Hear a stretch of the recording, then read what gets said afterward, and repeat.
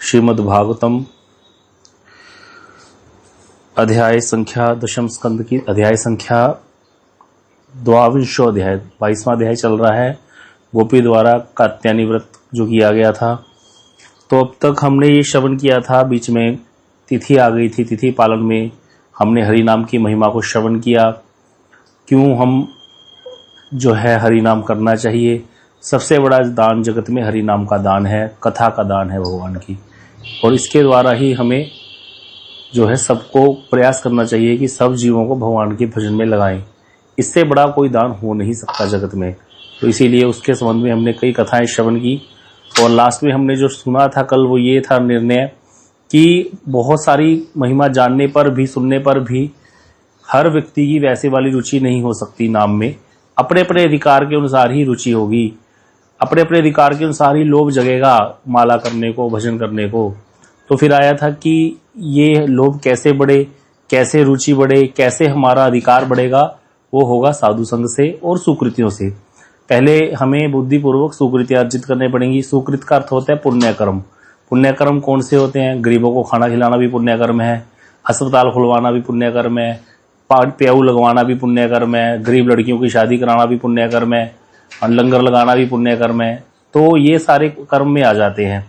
लेकिन भक्ति के अंगों का पालन करना, उससे जो पुण्य होगा वो भक्ति उन्मुखी सुकृति बनेगी, जिससे हमारा भक्ति के अंगों में प्रवेश होगा। मतलब एक कार्य किए जाते हैं शरीर के लिए, और एक प्रकार के कार्य होते हैं जो आत्मा के लिए किए जाते हैं। जो आत्मा के लिए कार्य किया जाता है, आत्मा के कल्याण के लिए, वो भक्ति है, भगवान की भक्ति। तो भक्ति के 64 अंग हैं, उनका कैसे भी करके अगर कोई बुद्धिपूर्वक पालन करे तो उससे क्या होगा, जो सुकृति बनेगी उससे, उसके प्रभाव से साधु मिलेंगे, वैष्णव मिलेंगे शुद्ध, और फिर धीरे धीरे अपने आप साधु संघ में अधिकार बढ़ता है। ऐसे कभी किसी का हो नहीं सकता कल्याण जब तक कि वो साधु संघ ना करे और सुकृति अर्जित ना करे। इसीलिए प्रभु जी हमेशा हमें एक बात कहते थे जब भी हम प्रभु जी के पास आते थे कि जितनी सुकृतियां अर्जित कर सकते हो उतनी सुकृतियां अर्जित कर लो। सुकृतियां अर्जित करने में क्या क्या आता है? इसी संसार में, इस माया के जगत में भगवान के संबंधित वस्तुएं भी हैं, जैसे भगवान का धाम, भगवान का नाम, भगवान की लीला कथा, भगवान के वैष्णव जन, भगवान के जन। तो मन कर्म वचन से इन सब की सेवा करना, इससे सुकृतियां बनती हैं, और धीरे धीरे जाके फिर वो सुकृतियों के प्रभाव से शुद्ध साधु संग प्राप्त होता है, और साधु संग के प्रभाव से धीरे धीरे हमारा अधिकार बढ़ता है। जैसे जैसे अधिकार बढ़ता जाता है उतना ही भक्ति में प्रवेश ज्यादा होता जाता है। फिर धीरे धीरे कब माया छूट जाती है पता ही नहीं चलता। पहले जिस संसार की वस्तुओं के लिए व्यक्ति रोता है, कर्मी होकर के, भक्त बन करके उनको मलवत तैयार कर देता है। मलवत, जैसे कोई व्यक्ति को उल्टी आ जाए, वमन हो जाए, तो क्या दोबारा मुड़ करके देखता है? नहीं देखता। इसी प्रकार भक्तों की दशा होती है। संसार को वो वमन की तरह, उल्टी की तरह त्याग कर देते हैं। कैसे? भक्ति के प्रभाव से। कितनी महिमा है भक्ति की, और हम साक्षात देखते हैं, ऐसा देखा जाता है, हमारे आसपास भी हम देखते हैं, और कितने ही भक्त ऐसे हुए हैं जिन्होंने हम ऐसे किया। तो इसीलिए ये होगा कैसे? कोई सोचे कि हमारा अधिकार कैसे बढ़ेगा। हम लोग सुनते हैं नाम की महिमा, हमारी तो वैसे वाली नाम में रुचि होती नहीं। अगर माला करने भी बैठ जाते हैं तो ध्यान कहीं और रहता है। हाँ, ध्यान आ भी जाता है तो फिर थोड़ी देर बाद ध्यान कहीं चला जाता है। तो ये कैसे हमारे अंदर स्थिर होगा? ये होगा सत्संग से। बिन सत्संग न हरि कथा, ते बिन मोह न भाग। जब तक सत्संग नहीं होगा, हरि कथा नहीं होगी, तब तक मोह जाएगा नहीं। मोह गए बिन राम पद, होय न दृढ़ अनुराग। जब तक मोह नहीं जाएगा तब तक राम जी के चरणों में, भगवान कृष्ण के चरणों में दृढ़ अनुराग नहीं होगा। इसीलिए एक जगह लिखा है, बिन विश्वास भक्ति नहीं, ते बिन द्रवी न राम। जब तक विश्वास नहीं करेंगे कथा में, ग्रंथों में, साधु संग में, तब तक भक्ति नहीं होगी, और उसके बिना भगवान द्रवित नहीं होंगे। और राम कृपा बिन सपने हूं, जीवन लह विश्राम। राम जी की कृपा के बिना, भगवान की कृपा के बिना सपने में भी जीव को विश्राम नहीं है। सपने भी कई प्रकार के हमको आते रहते हैं, उल्टे पुल्टे, जिसमें हम जागते हुए तो विचलित रहते ही हैं, जब सोते हैं तब भी विचलित रहता है। बद्ध जीव इतना विचलित है। तो इसीलिए इसको कहीं चैन नहीं है, न जीते हुए चैन कर्मी व्यक्ति को, न मरने के बाद चैन, न सोते हुए चैन। किसी भी दशा में इसको शांति और सुख की प्राप्ति नहीं हो सकती जब तक वो कामनाओं का दास बन करके रहेगा। जब अर्जुन भगवान से गीता श्रवण कर रहे थे ना, तो सुनते सुनते जब 6 अध्याय पूरे हो गए, तो 6वें अध्याय के बाद अर्जुन ने प्रश्न कर दिया भगवान से, माजरा क्या है प्रभु जी संसार का? तो भगवान ने 7वें अध्याय का 27वां श्लोक है, भगवान कहते हैं, इच्छा द्वेष समुत्थेन द्वंद्व मोहेन भारत सर्वभूतानि सम्मोहम सर्गे यान्ति परंतप। हे अर्जुन, संसार में दो चीजें हैं, इच्छा और द्वेष, जो सबके अंदर, बद्ध जीव के अंदर है, और उसके द्वंद्व में सारे जीव मोहित हो रहे हैं। इच्छा द्वेष सम्मुख है, इसकी ग्रंथि पड़ी हुई है हृदय में। इच्छा करता है जीव या फिर द्वेष करता है। या तो हम इच्छा करते रहते हैं, मैं बढ़िया घर बना लूं, ज्यादा पैसे इकट्ठे कर लूं, बच्चों को सेटल करना है, इसी प्रकार इच्छा करते करते कर्म में प्रवृत्त होता रहता है। या तो इच्छा करता है या द्वेष करना शुरू कर देता है किसी, अच्छा उसने ऐसे कर लिया, वो ज्यादा हमसे बढ़ करके दिखाएगा, हम भी ऐसे करेंगे। तो ऐसे द्वेष, या इच्छा करता है या द्वेष करता है। इच्छा द्वेष सम्मुत्थेन द्वंद्व मोहेन भारत, ये द्वंद्व ने मोहित कर रखा है संसार को। सर्वभूतानि सम्मोह, बोले जितने जीव हैं बद्ध संसार में होकर के आए हैं वो सारे इससे मोहित है। सबको या इच्छा हो रही है या द्वेष हो रहा है, या इच्छा हो रही है या द्वेष हो रहा है। तो इसीलिए सर्गे यान्ति परंतप, सभी इसी में उलझे हुए हैं और इसी का नाम संसार है। ये संसार है जो ऐसे ही सरकता रहता है हर समय, कभी भी इसमें किसी को शांति नहीं मिल सकती। अपने आए साथ में रहने वाले बिछुड़ जाते हैं, नए बंजारों का परिवार है ये, नए बंजारे आकर मिल जाते हैं इसमें, और ये ऐसे ही चलता रहता है। इसमें कभी भी किसी को शाश्वत शांति प्राप्त नहीं हो सकती जब तक कि वो भगवान के नाम का आश्रय, भगवान के जनों का आश्रय, भगवान का आश्रय ग्रहण नहीं कर लेता। तो इसीलिए अगर कोई भाई अक्षय तृतीया पे तो सब लोग ही दान कर रहे थे, तो 2-3 दिन हमने क्यों कथा करी कि भाई सब लोग ही, कोई मंदिर में आकर के सुराइयां दे रहा है, कोई मंदिर में पंखे पहुंचा रहा है हाथ वाले, कोई एक्चुअल में कूलर लगा के दे रहा है, मंदिर में लगवा रहे हैं, कूलर लगवा रहे हैं, कोई कुछ कर रहा है, कोई कुछ कर रहा है। क्या ये दान है? दान है भाई, क्योंकि हम लोग जड़ संसार में रहते तो जड़िया वस्तुओं में हमारा अभिनिवेश रहता है। जब तक हम हाथ से कुछ देते नहीं, हमको ऐसे लगता ही नहीं कुछ किया है। लेकिन सबसे बड़ा दान क्या है? हरि नाम का दान। क्या होगी उस हरि नाम की महिमा कि अगर हमारे थोड़ा सा कहने से या हमारे प्रयास से कोई व्यक्ति हरि नाम करने लग गया, या हम भी अच्छे से हरि नाम करने लग गए, 2 माला भी शुरू कर ली, अक्षय तृतीया वाले दिन हमने शुरू कर ली, खाता खोल लिया अपना, तो हमारी एंट्री कहाँ जाएगी? देखो, कर्म और ज्ञान के पचड़े से निकल कर सीधा भगवान के चरणों में। तो कितनी महिमा है इस हरि नाम की। इसीलिए गुरुदेव बार बार इस बात पे जोर देते थे, अक्षय तृतीया वाले दिन भक्ति के बिना और कोई उपदेश नहीं देना किसी को। कोई कहते किसी से कपट मत करो, ये कपट है। किसी को कहना आके मंदिर में सेवा कर जाओ, पैसे दे दो, भंडारा करवा दो, ये कपट है। गुरुदेव साहब बोलते थे कोई कपट नहीं करना, बोले सीधा भक्ति में लगाओ, सीधा भक्ति की, आप उसको सीधा भक्ति का उपदेश प्रदान करोगे अगर आप सच्चे भक्त हो भगवान के, क्योंकि इसके बिना चलाई नहीं है। हाँ, वो अलग बात है कि वो फिर भक्ति का अंग हो गया, कोई वैष्णव सेवा कर रहा है, भोजन करा दिया, उसमें क्या फर्क पड़ गया, वो कोई दिक्कत नहीं है। लेकिन कि उसको कह देना बस इतने में हो गया तुम्हारा और भजन करने की जरूरत नहीं, ये नहीं चलेगा। भजन तो करना पड़ेगा, ये सब तो साथ में रहेगा। और एक और विशेष बात है, देखिए जब भगवान ने बंसी बजाई ना, गोपियों को आवाहन किया, बताइए कौन सी गोपी माला कर रही थी? किसी को पता है? जब भगवान ने बंसी बजाई रात के समय, तो गोपियां क्या कर रही थी? हाँ जी किरण माता जी, क्या कर रही थी फिर? कथा सुन रही थी? गोपियां घर के काम कर रही थी, है ना तो ऑनलाइन कथा सुन रही थी, ना तो गोपियां ऑनलाइन कथा सुन रही थी, ना गोपियां माला कर रही थी, ना अपने सुकृति अर्जित कर रही थी बैठ करके कि कृष्ण को मिलना है। सारी गोपियां अपने घर के कामों में लगी हुई थी, लेकिन मन कहाँ था? मन कृष्ण में था उनका, है ना। तो इसीलिए ये बात समझने वाली है, हमें कहाँ तक पहुंचना है। माला तो साधन है हमारा, वो तो करना ही है, भगवान का भजन है भाई। लेकिन आज प्रभु जी इस चीज को समझा रहे थे कथा में, कहिए भैया तो आज क्या हुआ, प्रभु जी ने कथा शुरू करी शाम की, तो क्या हुआ, प्रभु जी ने कल जो टॉपिक खत्म किया था भगवत भागवतमृतम में, गलती से थोड़े से पिछले 2 श्लोक पीछे से उठा लिया, और थोड़ी देर आधे घंटे बाद प्रभु जी सबको बोले, अरे ये तो मैंने रिपीट कर दिया, ये तो कल मैं कथा कर चुका था। तो प्रभु जी बच्चों को बोले, जब हम मतलब मैं तो वहां नहीं था, जो बैठे थे सामने 3-4 बच्चे थे, तो उन्होंने बोले ये तो बहुत बड़ा अपराध हो गया है ना, मेरे से अपराध हो गया, क्योंकि मैंने तो कल वाली कथा रिपीट कर दी, अब तुम्हारा भी टाइम वेस्ट हो गया कहते। तो सब कहने लगे, सब चुप कर गए, अब क्या बोले प्रभु जी, तो ये नहीं पता लगता ना किस बात में कौन सी बात पकड़ ले।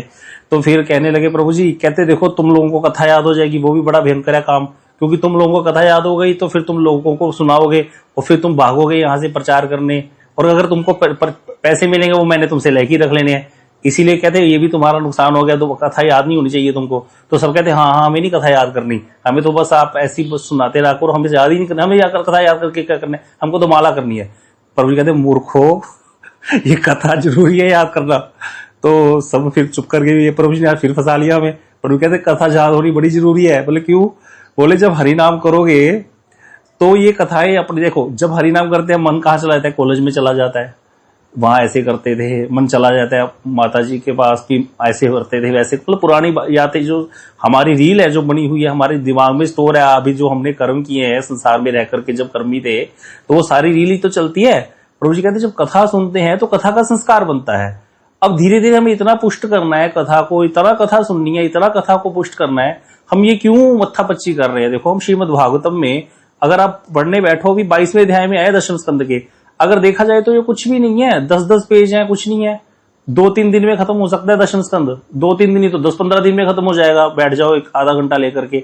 लेकिन हम तो इसको ऐसे पढ़ रहे हैं। क्यों पढ़ रहे हैं? क्योंकि हम विश्वनाथ चक्रवर्ती पाद जी की टीका पढ़ रहे हैं, ताकि हमको यथार्थ रूप में समझ आए कि हुआ क्या था यथार्थ रूप में। आज जो टॉपिक आना है कात्यायनी व्रत में, इतना सुंदर टॉपिक, अगर समय आप पहुंच पाए हम वहां तक, तो कितना सुंदर वहां वर्णन किया है कि लोग, साधारण लोग जो कथाएं करने वाले क्या बोलते हैं? रास क्या है? आत्मा का परमात्मा से मिलने ही रास है। क्या रास आत्मा से परमात्मा का मिलना है? गोपियां आत्मा है। अब साधारण व्यक्ति को तो लगेगा ठीक ही है भाई, हाँ आत्मा से परमात्मा का मिलन रास होगा। ना वहां आत्मा है ना परमात्मा है, वहां तो गोपियां और कृष्ण है।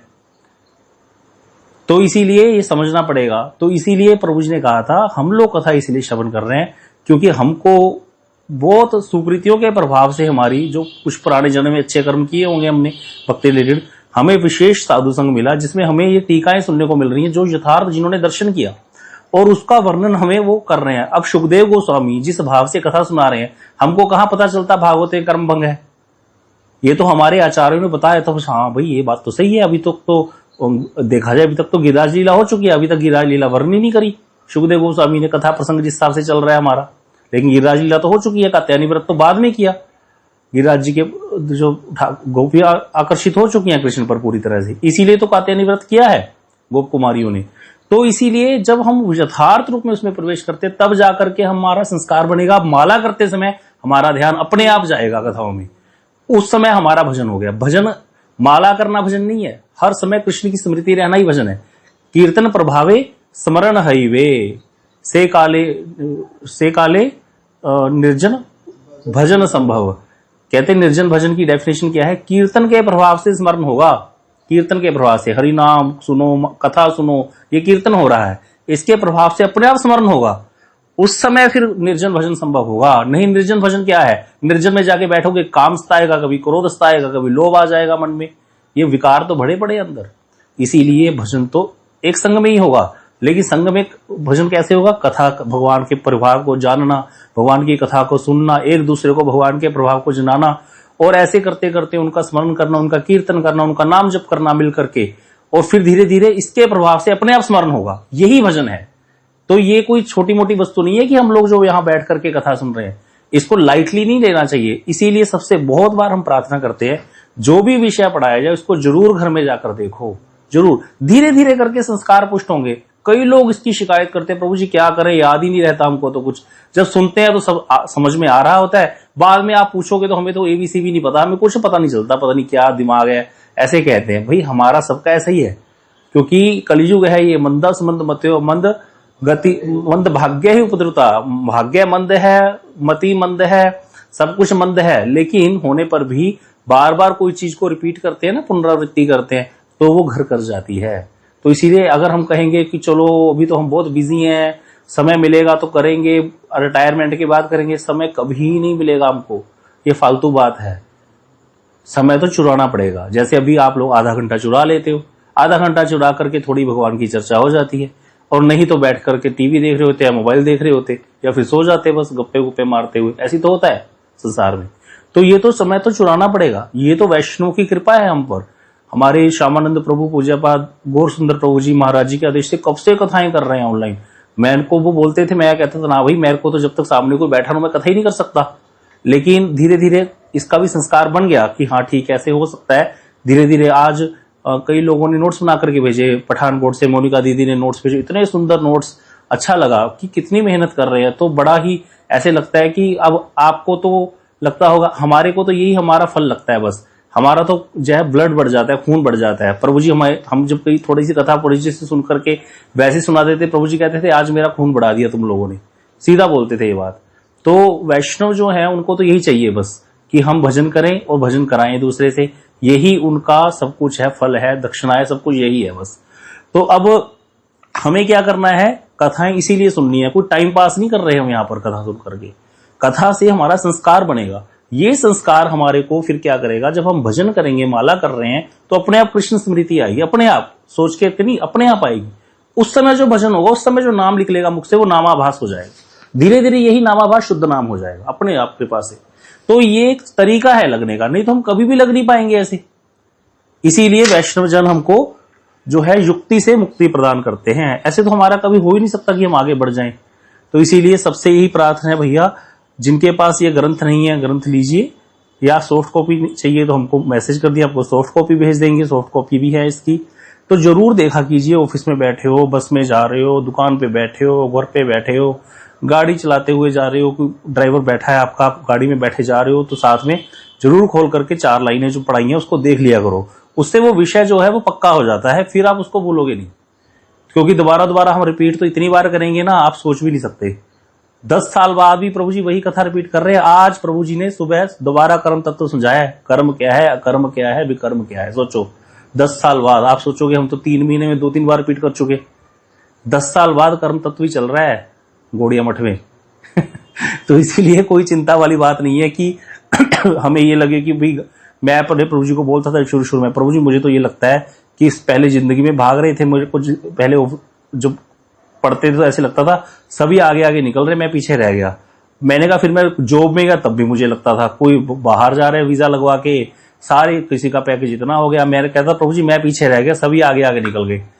अब मैंने कहा मठ में आए तो फिर यहाँ देखता हूँ सबको श्लोक याद हो जाते हैं, सबको कथाएं याद होती है, मैं यहाँ भी देखता हूँ सभी आगे आगे निकल गए, मैं पीछे रह गया। मैंने कहा हर जगह लोग भागते ही नजर आते हैं, मुझे मैं पीछे खड़ा रह जाता हूँ। मेरी ट्रेन पैसेंजर एक्सप्रेस है, मुझे कभी कुछ कहीं पहुंच भी पाएंगे या नहीं। प्रभु जी बहुत हंसते थे बात सुन के, ये बहुत हंसते थे, बोलते ये पैसेंजर गाड़ियां पहुंचती हैं, कहते चिंता मत करो। हमेशा ही कहते थे, कहते जो कहते ज्यादा तेज भागते हैं ना, वो फिर पता चलता है रास्ते में सो जाते हैं। प्रभु जी कहते थे कोई चिंता मत करो, बार बार रिपीट होंगे, टॉपिक नहीं याद होता तो क्या हो गया, सुनते रहो, नोट्स बनाते रहो, देख देख करके बोलो। हम देख देख करके बोलते थे कथा, सामने प्रभु जी पूछते देख करके बोलते थे। कर्म क्या है, इंद्रियों द्वारा शरीर और शरीर संबंधी लोगों के लिए किया गया कार्यक्रम कहलाता है। इतनी सी बात को लिख करके लिखा था। वो पूछते थे प्रभु जी कर्म क्या, तो देख करके बोल देते थे, वो करते करते बोलते बोलते याद ही हो गया। तो इस तरह से है, ये चिंता कोई नहीं, लेकिन फिर भी हमें थोड़ा प्रयास करना चाहिए। नोट्स जरूर बनाओ, थोड़े बहुत, कई बना रहे हैं लोग नोट्स, बहुत अच्छा लगता है देख करके, और हमारा भी बल बढ़ता है।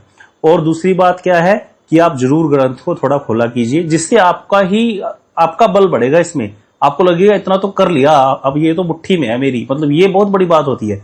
ऐसे जब हम करते हैं तो फिर हमारा शास्त्र जो है ना, वो शास्त्र में प्रवेश हो जाता है। फिर कोई भी शास्त्र उठाओगे ना, 1 साल अच्छे से कथा सुन लो बस, उसके बाद कोई भी शास्त्र उठाओगे आपको समझ आना शुरू हो जाएगा अपने आप, फिर आपको अलग से प्रयास करना नहीं पड़ेगा। तो इसीलिए हमने सुना गोप कुमारियों के विषय में कि ये जो कात्यायनी व्रत था, ये बहुत छोटी बच्चियों ने किया था। कृष्ण को पति रूप में पाने के लिए इन्होंने ये व्रत किया था गोप कुमारियों ने, और कहा था कात्यायनी देवी को कि आप महामाया हैं, महायोगिनी हैं, महाअधीश्वरी हैं, आप क्या करो, आप जैसे ऐसे असंभव को संभव कर दो, आप परमेश्वरी हो, आप क्या करो, हमारा कृष्ण के साथ मिलन संगठित करा दो। मतलब क्या करो, कहते हमारे माता पिता या कोई भी ब्रज का व्यक्ति इस बात को जान ना सके, आप महामाया का विस्तार करके सबकी दृष्टि को इस प्रकार आच्छादित कर दो कि कृष्ण के साथ हमारा स्वच्छंद विहार हो, उसमें कोई बाधा ना हो। तो इसीलिए कहते हम आपके चरणों में निवेदन करती हैं, आप नंदनंदन को हमारा पति बनाने की व्यवस्था करके हमारे जीवन की रक्षा करें।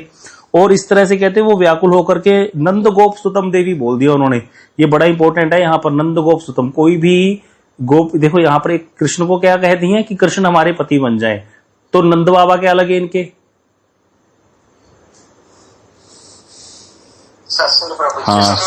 ससुर लगे ना। तो कहते कृष्ण को पति रूप में पाने की लालसा में गोप कुमारी इतनी व्याकुल हो गई कि वे नंद गोप सुतम देवी, इस वाक्य में उन्होंने साक्षात अपने ससुर का नाम उच्चारण कर दिया। कृष्ण को पति बना दें ऐसा भी तो कह सकती थी, नंद गोप सुतम कह दी। ऐसा कहने पर कहीं कृष्ण नाम से किसी दूसरे व्यक्ति का नाम समझ ले, जो महामाया है देवी जो है, इसीलिए साफ बोल दिया नंद गोप सुत, उनको ही हमारा पति बनाना है, उसका और हमारी अभिष्ट वही है। यह ऐसा जो है उन्होंने प्रार्थना करी। तो आगे यहाँ पर कह रहे हैं कि सूर्योदय से 4 दंड पहले उठ जाती थी ये गोप कुमारियां, बहुत ही आयु में छोटी हैं, अत्यंत बालिकाएं हैं, अभी स्त्री पुरुष का भेद भी इनको पता नहीं है, कोई लक्षण नहीं पता इनको, आयु में बहुत बालिकाएं हैं। अब ये ना चीजें सुनकर के मन में कुछ कुछ आ रहा होगा, बेचारी छोटी सी हैं, फिर बातें बड़ी बड़ी करती हैं। अभी आगे आना देखना आगे क्या क्या आएगा वर्णन है। तो यहाँ पर आगे कह रहे हैं बालिकाएं हैं, लेकिन कृष्ण अनुराग की प्रबल प्रेरणा है। एक दिन भी उन्होंने व्रत को छोड़ा नहीं, कोई भी नियम को तोड़ा नहीं, उनको किसी को उनको जगाने की आवश्यकता नहीं पड़ती थी। ऐसा प्रतीत होता है, कहते कि कहीं उनकी कृष्ण प्राप्ति के उपाय में, देवी पूजा में कोई बाधा ना पड़ जाए, इसीलिए क्या करती थी वो जल्दी उठ जाती थी, या फिर कहते स्वयं निद्रा देवी ही छोड़ करके उनको चली जाती थी। हम लोग देखते हैं सुबह, हम तो 5:05 तक कई बार सुबह मंगला करते हैं, उसके बाद आनी करना होता है, लेकिन कई लोग तो पहले ही बैठ जाते हैं अपना करके सब कुछ हरि नाम करने के लिए। तो भाई देखो, भगवान तो प्रयास देखते हैं, क्यों नहीं देखते। गुरुदेव बोलते थे ये बात, तुमने प्याज लहसुन छोड़ा, अब तुम शादी में गए, वहां तुमने देखा अरे कुछ नहीं है, टिक्की खा ली एक लेके, उसको बोल दिया प्याज हटा दो भैया, क्योंकि ऊपर से डालते हैं, तो एक टिक्की लेके खा ली। बाद में तुमने रोटी खाने गए तो वहां देखा सारी चीज में प्याज डाला हुआ है, इसलिए वहां थोड़े से चावल ले लिए, थोड़ा सा रायता ले लिया, और वो जो मुरब्बे उरब्बे रखे होते हैं जिनको कोई नहीं खाता वो ले लिए, सारा उबले हुए वहां चने रखे होते हैं, उबले हुए राजमा, सारा कुछ उठाकर खा लिया थोड़ा बहुत। तो कहते कृष्ण को सब दिखता है, कृष्ण सब देख रहे हैं, उनको पता है कि देखो मेरे कारण, मेरी प्राप्ति के लिए इसने प्रयासशील होकर के ऐसे संसार में रहते हुए भी इतने भोगों का त्याग कर दिया। तो इसीलिए भगवान का हृदय, तो भगवान तो एक पग चलने पर ही ऐसे 60 पग चलने वाले हैं, भगवान बहुत प्रसन्न होते हैं ऐसे, और इसीलिए कृपा बरसाते हैं अपनी। तो इसीलिए यहां पर भी कहते हैं जब कोई उठता है सुबह, आज सुबह 44 लोग थे सुबह चैंटिंग में, सुबह 5 बजे 44 लोग हरि नाम करने बैठे हैं, बहुत बड़ी बात है, बड़ी कृपा है वैष्णव, इसका मतलब आपका। तो इसीलिए बहुत अच्छा है, बहुत प्रयास करना चाहिए सबको इसी प्रकार, क्योंकि संग में ही भजन होगा, अकेले भजन नहीं होगा, अकेले तो इधर उधर ही ध्यान रहता है। और सब लोग जो साक्षी हैं इस बात के, जो 40 लोग ज्वाइन करते हैं, उनको पता है ये बात कि उस समय ध्यान कहीं नहीं जाता हमारा, क्योंकि सब एक बैठ करके एक साथ नाम कर रहे होते हैं। और महाराज जी तो ये भी कहते होते हैं कि उस समय जितनी माला कर ली ना वो मल्टीप्लाई हो जाती है। जैसे मान लो 400 लोग बैठ करके एक माला करी तो 400 माला आपके अकाउंट में ऐड होगी, क्योंकि 400 लोगों ने एक साथ नाम जपना शुरू किया है। महाराज जी तो ये बात भी कहते हैं, हमने कहीं देखा नहीं लिखा हुआ, लेकिन महाराज जी हमेशा ये बात कहते हैं, ये बात प्रभु जी ने भी बोली थी एक बार, कि एक साथ नाम जपने का बड़ा फल होता है। तो सामूहिक जो होता है ना उसमें बड़ा बल होता है, कोई भी बात समूह में करी जाए। तो उसके बाद कथा, फिर कीर्तन, तो बड़े अच्छा है। तो इसीलिए कहते जो या तो उनको निद्रा देवी छोड़कर चली जाती थी, या कृष्ण का जो, कृष्ण के प्रति उनके हृदय में जो अनुराग है वो ही कृष्ण प्राप्ति के उपाय रूप में कहते उनको नियुक्त करता था पूजा में, सुबह जल्दी जग जाती थी। अब कहते वो क्या करती थी, शुद्ध वस्त्र पहनती थी, कात्यायनी पूजा के उपकरण लेकर के घर से निकलती थी। कहते कितनी थी गोपियां, इसका कोई अनुमान नहीं लगाया जा सकता कितनी कुमारियां थी। घर से बाहर आकर के एक दूसरे का हाथ पकड़ करके कृष्ण का गुणगान करती हुई कहते जो है यमुना जी की तरफ चल पड़ती थी। अब यहाँ पर बता रहे हैं, जैसे कहते भिन्न भिन्न दिशाओं में बहने वाली, दिशाओं से बहकर आने वाली नदियां, छोटी छोटी नदियां कल कल नाद करती हुई समुद्र की ओर जैसे प्रवाहित होती हैं, वैसे ही ये ब्रजमंडल की विभिन्न दिशाओं में रहने वाली गोप कुमारियां जो हैं कृष्ण प्रेम की प्रवाहिनी नदियों की भांति एक साथ मिलकर उच्च स्वर से कृष्ण का गुणगान करती हुई कृष्ण रूपी सागर में मिलने के लिए जाती थी। अब कृष्ण को सागर मान लिया, यहाँ पर गोपियों को छोटी छोटी नदियां, इस प्रकार से यहाँ पर बहुत सुंदर व्याख्या कर रहे हैं। अब कह रहे इतनी आत्मविभोर हो गई कि उन्हें अपने घरों से दूरवर्ती यमुना जी के किनारे जाना, उच्च स्वर में कृष्ण गुणगान करने में कोई भी भय या संकोच नहीं होता था। सुबह सुबह कृष्ण का गुणगान करते हुए जाती थी। और कहते छोटा, इतना लंबा रास्ता भी बड़ा छोटा हो जाता था गोपियों का। और कहते जब उनके मुख से, जो कंठ से कृष्ण का गुणगान निकलता था वो सब जगह व्याप्त हो जाता था, लेकिन फिर भी ब्रजवासियों के कान के गोचर नहीं होता था, उनको कुछ नहीं पता चलता था। योग माया की प्रेरणा से ब्रजवासी जान नहीं पाते थे इस बात को। अब कहते प्रतिदिन इसी प्रकार चलता रहा। 29 दिन इसी प्रकार गोप कुमारियां आती, रोज बालू की मूर्ति बनाती, कात्यायनी देवी की, उसकी पूजा करती षोडशोपचार से, और बाद में उस बालुका की मूर्ति को विसर्जन करके सारा कुछ वैसे ही सेट करके अपने अपने घर पहुंच जाती थी सूर्य उदय होने से पहले। अब कहते जिस दिन अग्रहायण मास की पूर्णिमा तिथि, मतलब लास्ट दिन था, 30वां दिन, उस दिन कहते क्या हुआ, उस दिन उनका व्रत पूरा होना था। तो कहते इसीलिए जैसे कहते वो आई थी, अब वहां पर अब उनको था कि आज कात्यायनी देवी के आशीर्वाद से क्या होगा, कृष्णचंद्र के साथ हमारा मिलन होगा। इसी उत्कंठा से वो दिन व्यतीत करती हुई आज के दिन आई थी, अंतिम दिन में पहुंच गई हैं। और कहते कितनी उत्कंठा थी आज उनके मन में, इसका वर्णन नहीं किया जा सकता। आज भी वो पहुंची हैं, गुणगान करती यमुना जी के किनारे देवी की अर्चना पूजा की, बाबा प्रणाम किया, प्रार्थना करी कि हे देवी आज हमारे व्रत का अंतिम दिन है, किंतु यदि आप अपने किसी अपराध के कारण या किसी वैगुण्य के कारण, हमारे दोषों के कारण हमने कोई गलती कर दी या हम भगवान को नहीं पा सके, कृष्ण को, तो आज हमारे जीवन का अंत ही हो जाएगा। आज ब्रजराज नंदन को पति रूप में नहीं पाने पर हम घर लौट करके नहीं जाएंगी, ऐसा प्रण उन्होंने कर लिया था। अब सोचने लगी कि कात्यायनी देवी की पूजा तो समाप्त हो गई, लेकिन यज्ञ के अंत में क्या होता है, अवश्य ही कर्तव्य रूप से एक स्नान करना पड़ता है। जब तक स्नान नहीं करते तो पूर्ण नहीं माना जाता यज्ञ। तो अभृत स्नान उसको बोलते हैं, अभृत स्नान। इसीलिए कहते हैं अभी यज्ञ हमारा अपूर्ण है, यज्ञ का फल हमें नहीं मिल पा रहा है, अतः शीघ्र ही हमें अभृत स्नान करना चाहिए। इसीलिए कात्यायनी देवी की पूजा को, महायज्ञ को समापन काल में गोपियों ने क्या किया, वहां पर जब सारी पूजा कर ली उसके बाद उन्होंने अपने वस्त्र उतारे, यमुना जी के किनारे रख दिया और वस्त्र रहित अवस्था में यमुना जी में प्रविष्ट हो गई। किंतु इस प्रकार निर्वस्त्र होकर के यमुना जी में स्नान करने का उनका कोई अभिप्राय नहीं था। वे प्रतिदिन ऐसी स्थिति में ही यमुना में अवगाहन करती थी, इसी प्रकार वो यमुना जी में स्नान करती थी रोज की रोज। अब यहां बता रहे हैं कि ये ऐसे ना समझे को यहां पर कि गोपियों ने आज ही ऐसे स्नान किया है वस्त्र उतार करके।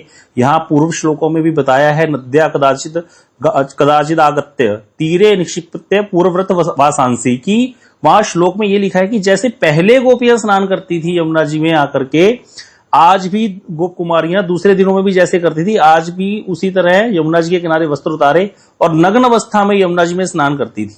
तो यहाँ पर वैष्णव तोषणीकार टीका की है, यहाँ पर वहां कहा है कि भैया पूर्व शब्द से जाना जाता है गोप कुमारियां प्रतिदिन ही निर्वस्त्र अवस्था में ही स्नान करती थी, गोप कुमारियां नग्न अवस्था में यमुना जी में अवगाहन करती थी। इस विषय में किसी प्रकार का विरुद्ध मनोभाव पोषण नहीं करना कदापि उचित नहीं है कि नहीं नहीं जी। अब आगे बताएंगे यहाँ पर कैसी लोग बातें करते हैं। कहते क्योंकि वो आयु में अत्यंत बालिकाएं हैं, और यह भी हेमंत के प्रथम माह से नंद कुमारी का अर्थात श्लोक में वर्णन हुआ है कि जब कृष्ण की आयु 7 वर्ष की थी तब उससे भी कम आयु वाली गोप कुमारियों ने ये व्रत किया था, कात्यायनी व्रत। ये प्रौढ़ा गोपियों ने नहीं किया था, ललिता विशाखा आदि ने। ये तो गोप कुमारियां हैं, बहुत छोटी छोटी बालिकाएं हैं, 3 साल 4 साल की।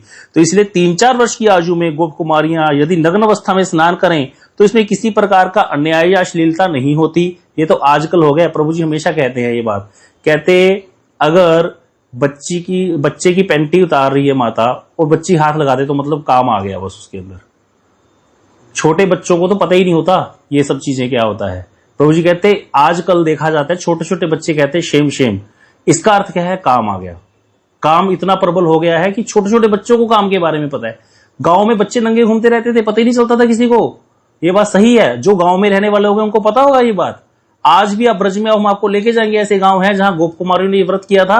यही पास में चीर घाट है स्थान, वो गांव में, वहां बच्चे नंगे ही घूमते रहते हैं। सही बात है ये।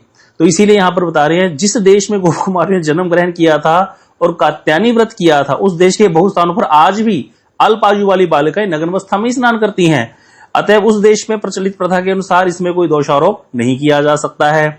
श्रीमद् भागवत के 12 स्कंद के 3 अध्याय में ऐसा वर्णन है, 12वें स्कंद के 3 अध्याय में, कि कलिकाल में जो व्यक्ति धर्म के विषय में लेश मात्र भी नहीं जानते, वे भी उत्तम आसन पर बैठकर धर्म की व्याख्या देंगे। इसीलिए कलयुग में बहुत से शास्त्र व्याख्याता हैं जो यथार्थ सिद्धांत को आच्छादित करेंगे और अप सिद्धांतों का वर्णन करने में सुदक्ष होते हैं। अब देखिए यहाँ पर यथार्थ सिद्धांत क्या है और अप सिद्धांत क्या है। इसलिए अज्ञ समाज भी कहते हैं उनकी अपव्याख्या को ही क्या मानेगा, यथार्थ रूप में मान लेगा। ऐसा पंडित समाज कहा करता है, क्या कहते हैं वो लोग, आपने भी सुना होगा शायद, कि गोप कुमारियों के वस्त्रहरण का तात्पर्य यथार्थ वस्त्रहरण नहीं है, बल्कि केवल माया की निवृत्ति मात्र है। अर्थात उन लोगों ने अपने पहने हुए वस्त्र उतार करके यमुना में प्रवेश किया। इसका अर्थ क्या है कि उन्होंने माया मुक्त होकर के यमुना में स्नान किया। ऐसा व्याख्या करते हैं आजकल के टीकाकार। तो इसीलिए कहते हैं कृष्ण ने उनका वस्त्र हरण किया, अर्थात उनकी माया का हरण किया। ऐसा बोलते हैं वो लोग, लेकिन ऐसा नहीं है। इसको आप समझाएंगे, और ऐसे नहीं कि हम अपनी तरफ से बोल रहे हैं। यहाँ पर कितने ही आचार्यों का, श्रीधर गोस्वामी जी, श्री जीव गोस्वामी पाशी, सनातन गोस्वामी, श्री विजय ध्वज जी, जितने भी मनीषी हुए हैं, बड़े बड़े संत आचार्य, उन सबका अवलंबन करके शास्त्रों का तात्पर्य ग्रहण करना बड़ा जरूरी है। इसलिए कह रहे हैं कि इसमें हम लोगों का कुछ कहना नहीं है कि वो लोग कैसे बोलते हैं ये बातें, परंतु प्रश्न होता है कि गोपियों के वस्त्र यदि माया के ही प्रतीक थे तो क्या जो वस्त्र हरण हो गया और जब उनका, तो माया का हरण हो गया मतलब कृष्ण द्वारा उनकी, तो उसके पश्चात क्या गोपी ने वस्त्र धारण नहीं किए फिर, क्योंकि माया कर्म तो हो ही गया उसका। लेकिन दूसरे श्लोक में देखा जाता है कि कृष्ण ने जब गोपकुमारियों को कहा था बाहर आकर के प्रणाम करके अपने वस्त्र ले जाओ, हाथ उठा करके बाहर आओ, आई बाहर, प्रणाम किया, कृष्ण बड़े प्रसन्न हो गए और उनको दया आ गई, उन्होंने वस्त्र वापस कर दिए। तो ऐसा देख करके उनके वस्त्र समर्पण किए। कहते यदि यहाँ पर मान ले कि गोपियों को वस्त्र अगर माया का आवरण है, तो भगवान ने फिर प्रसन्न होकर के उनको माया का आवरण द्वारा क्यों पहना दिया फिर? अगर वो ये कहते हैं आजकल के कथा करने वाले कि ये तो माया का आवरण उतरवाया भगवान ने, जो माया का आवरण था, और फिर दोबारा क्यों पहना दिया माया का आवरण? इसीलिए कहते कली से प्रेरित होकर के आध्यात्मिकतावादी लोग बहुत सारी बातें करते रहते हैं जिनका कोई सामंजस्य नहीं है। हम इसकी चर्चा अभी ज्यादा आगे नहीं करेंगे। हम तो जो आचार्यों ने कहा उसकी टीका करें, सुनेंगे। टीका में क्या कहा आचार्यों ने, बता रहे श्रीधर गोस्वामी, श्री जीव गोस्वामी, श्री सनातन गोस्वामी पाद, श्री विजय ध्वज आदि मुनीषियों ने जिस भाव से व्याख्या की है उसका अवलंबन करके ही शास्त्रों का तात्पर्य ग्रहण करना उचित है। तो बता रहे हैं 3-4 वर्ष की आयु वाली इन गोप कुमारियों की नग्नता का विचार कर विकृत मानसिकता का परिचय ना दे करके स्थिर चित्त हो जाओ, और स्थिर चित्त होकर के इन कन्याओं के प्रेम व्यवहार की चर्चा करना अधिक लाभदायी होगा। इनके प्रेम की चर्चा करो। गोपियां वस्त्र उतार करके पानी में गई थी, क्यों गई थी, कौन से वस्त्र उतारे थे, माया का आवरण उतारा था, ये कोई चिंता का विषय नहीं है, क्योंकि वो बच्चियां हैं 3-4 साल की।